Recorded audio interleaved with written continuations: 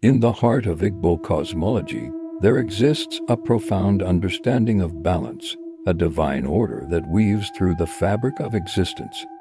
This is the principle of duality, the cosmic dance of opposing yet complementary forces. It teaches us that for every season of labor, there must be a season of rest. This isn't mere inactivity, it is a sacred pause, a divine commandment.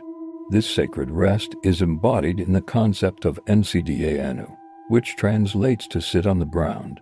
It is a call to ground ourselves with the earth, to find stillness and sync with the natural rhythms of life. In these moments of quiet reflection, we commune with nature, with our inner selves, and with the spiritual realm.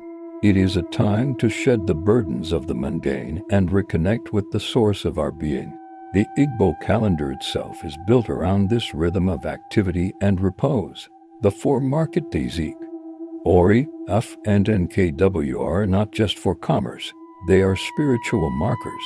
Ik, in particular, is often observed as a holy day, a time of abstinence from toil, where the community collectively honors the sacred pause. It is a day dedicated to spiritual rejuvenation and communion with the ancestors, who watch over the living. This practice of rest is a powerful act of eco-preservation and spiritual alignment. It acknowledges that we are part of a larger, interconnected web of life. By honoring the need for rest, we honor the land, the spirits, and the divine order that sustains all.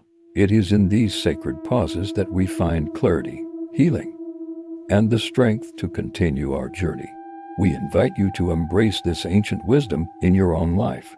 If this exploration of Igbo spirituality resonated with you, please like, comment, and subscribe for more journeys into the depths of African wisdom.